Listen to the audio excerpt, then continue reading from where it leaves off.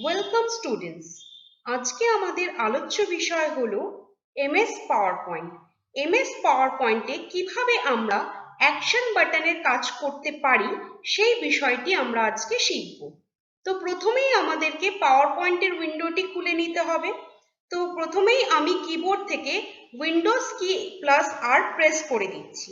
সেখানে আমাদের run window open হয়ে গেছে। সেখানে আমাদেরকে লিখে নিতে হবে পাওয়ার POWER PNT লিখে ওকে অথবা আমাদের এন্টার অপশানে ক্লিক করে নিতে হবে। আমাদের যে উইন্ডোটি খুলে গেছে সেটি পাওয়ার পয়েন্টের উইন্ডো। তো আজকে আমরা যে বিষয়টির ওপর কাজ শিখব সেটি হলো অ্যাকশন বাটন। তো আমাদের পাওয়ার পয়েন্টে একটি বাটন রয়েছে অ্যাকশন বাটন। তো কি কাজ এই অ্যাকশন বাটনে?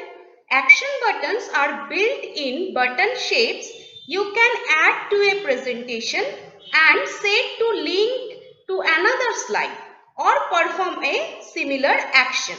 অর্থাৎ অ্যাকশন বাটন বিভিন্ন শেপস দ্বারা গঠিত, যেগুলি অ্যাড করে আমরা একটি প্রেজেন্টেশন তৈরি করতে পারি এবং এর মাধ্যমে আমরা একটা স্লাইডের সাথে আরেকটি স্লাইডকে যুক্ত করতে পারি।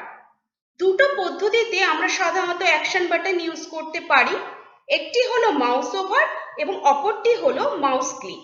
মাউস ওভারের কাজ হচ্ছে আমরা যখন শেপের মধ্যে মাউসের যে কার্সার পয়েন্টটা আছে শুধু নিয়ে যাব, তাহলে আমাদের পরবর্তী যে লিংক করা স্লাইডটি রয়েছে সেটি চলে আসবে।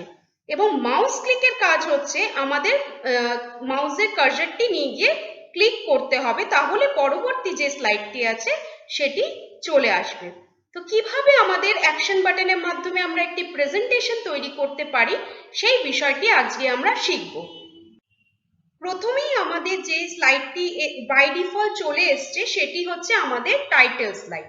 তো এখানে আমাদের যেহেতু আমরা শেপের উপরে কাজ করব, তাই জন্য এই স্লাইডটির বদলে আমাদের স্লাইডের যে লেআউটটি রয়েছে সেটি পরিবর্তন করতে হবে। তো স্লাইডের লেআউট পরিবর্তন করার জন্য আমাদেরকে হোম ট্যাবে চলে যেতে হবে। সেখানে আমাদের স্লাইডস গ্রুপের আন্ডারে লেআউট অপশন রয়েছে।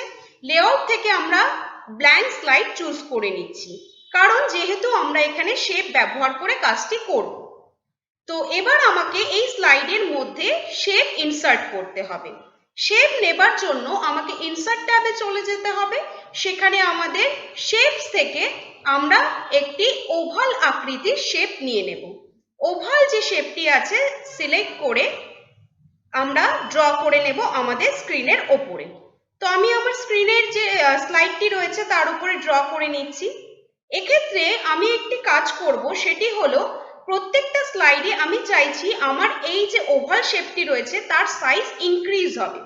তাই জন্য প্রথম যে আমার স্লাইডটি রয়েছে সেখানে আমি ওভালের সাইজটি একটু ছোট আকৃতির রেখেছি। এবার আমি পরবর্তী স্লাইডে ঠিক এর থেকে একটু বড় আকৃতির রাখবো। সেই জন্য আমাদের প্রথম স্লাইডটিকে সিলেক্ট করে রাইট ক্লিক করে ডুপ্লিকেট স্লাইড করে নিতে হবে। দ্বিতীয় স্লাইড চলে এসছে। দ্বিতীয় স্লাইডে আমি আমাদের যে শেপটি রয়েছে তার যে সাইজটি রয়েছে সেটি একটু ইনক্রিজ করব। সিলেক্ট করে নিয়েছি, সেখানে আমাদের দুমুখ অ্যারো সাইন আসছে এবং তার মাধ্যমে আমি একটু সাইজটি ইনক্রিজ করে নিয়েছি। অথবা আমাদের এই শেপটির জন্য ড্রয়িং টুলস ফরম্যাট খুলে গিয়েছে, সেই ফরম্যাট থেকে আমরা আমাদের সাইজ থেকে হাইট এবং উইডথ দুটোই পরিবর্তন করতে পারি। সিমিলারলি সেকেন্ড স্লাইডে আমার সাইজটি আমি একটু বড় করে নিয়েছি শেপের। সিমিলারলি থার্ড স্লাইডে আমি এই স্লাইডেরই ডুপ্লিকেট নেব। আমাকে সবসময় মনে রাখতে হবে ঠিক প্রিভিয়াস স্লাইডে ডুপ্লিকেট স্লাইড নিলে আমাদের পরবর্তী যে স্লাইডের সাইজ একটু বাড়াতে হবে সেই বিষয়টি আমরা ক্লিয়ারলি বুঝতে পারবো। তাই সেকেন্ড স্লাইডটিকে সিলেক্ট করে রাইট ক্লিক করে ডুপ্লিকেট স্লাইড করে নিয়েছি। সেখানেও সিমিলারলি সাইজটি এর তুলনায় আরেকটু বড় করে নেব। আরেকটু বড় করে নিয়েছি এবং এটিকেও মিডল পোর্শনে আমি প্লেস করে দিচ্ছি। তো আমি আজকে 4টে স্লাইড ইউজ করে আজকে এই প্রেজেন্টেশনটি তৈরি করব। তোমরা চাইলে এখানে আরো স্লাইড অ্যাড করে নিতে পারো।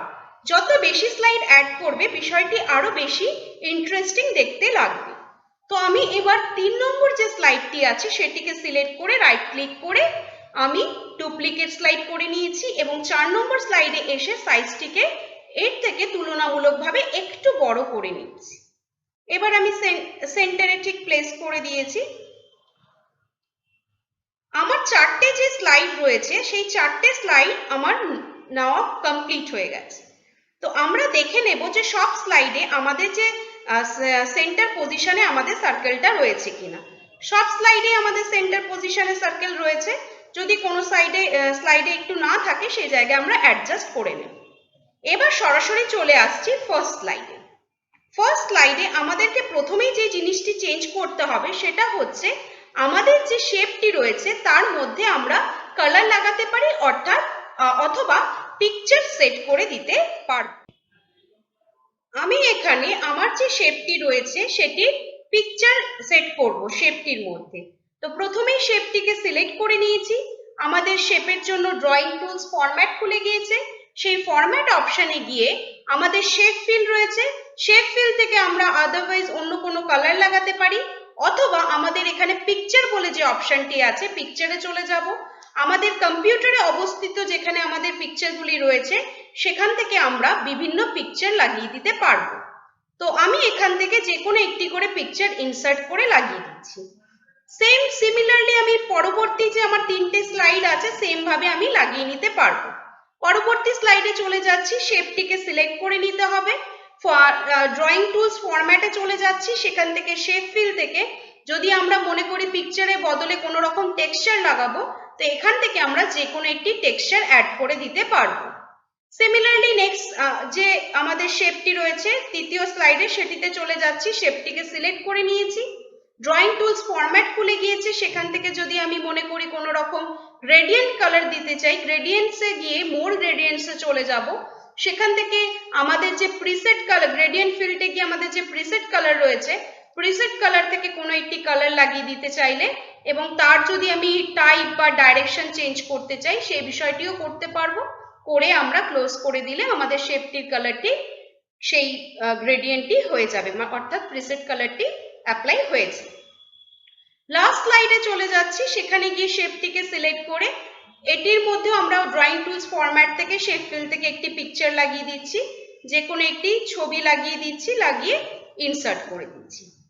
তো আমাদের যে 4টি আমি স্লাইড নিয়েছি সেই 4টি স্লাইডের মধ্যে আমি আমার শেপগুলিকে বিভিন্ন রকম কালার অথবা ছবি লাগিয়ে দিয়েছি।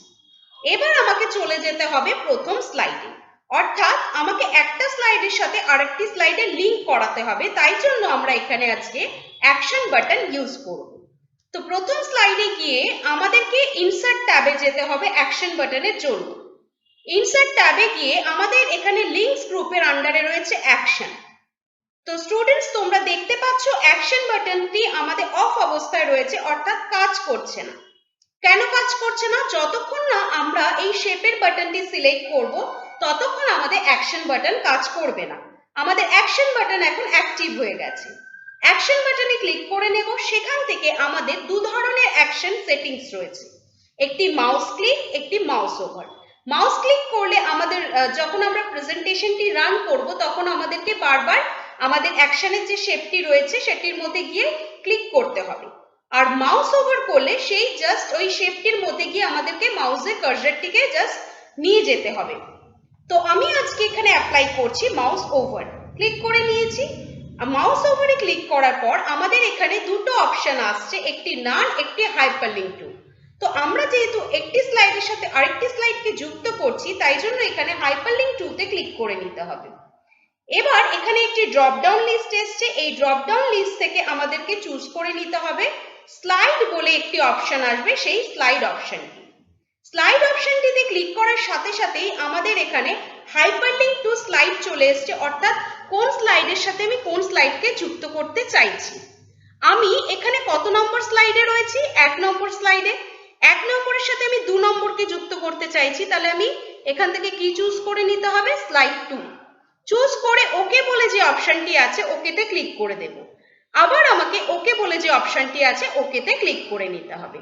তো এভাবে আমাদের বাকি যে 3টে স্লাইড রয়েছে সিমিলারলি আমরা সেভাবেই অ্যাকশন বাটনটি ইউজ করব। দ্বিতীয় স্লাইডে আমি চলে যাচ্ছি। সেখানে গিয়ে সিমিলারলি শেপটিকে সিলেক্ট করে ইনসার্ট ট্যাবের আমাদের লিঙ্কস গ্রুপ থেকে অ্যাকশন বাটনে ক্লিক করে নিয়েছি। সেখানে মাউস ওভারে ক্লিক করছি এবং হাইপারলিংক টু তে ক্লিক করে ড্রপ ডাউন লিস্ট থেকে আমাদেরকে চুজ করে নিতে হবে স্লাইড। আমি দ্বিতীয় স্লাইডে রয়েছি, স্লাইড 2 এর সাথে আমি স্লাইড 3 কে কানেক্ট করতে চাইছি, তাই জন্য আমি স্লাইড 3 চুজ করে নিয়েছি। ওকে অপশনে ক্লিক করে দিচ্ছি, দেন আমি আফটার দ্যাট আমি আবার ওকে অপশনে ক্লিক করে নিয়েছি। তৃতীয় স্লাইডে চলে যাচ্ছি, সিমিলারলি আমি শেপটিকে সিলেক্ট করে নিচ্ছি। আমাদের ইনসার্ট ট্যাবে সেখানে লিঙ্কস থেকে অ্যাকশনে চলে যাচ্ছি, সেখানে মাউস ওভারে ক্লিক করে নেব। হাইপারলিঙ্ক টু অপশনে ক্লিক করে নিয়ে এই ড্রপ ডাউন লিস্ট থেকে স্লাইড যে অপশনটি রয়েছে সেটি সিলেক্ট করে নিয়েছি।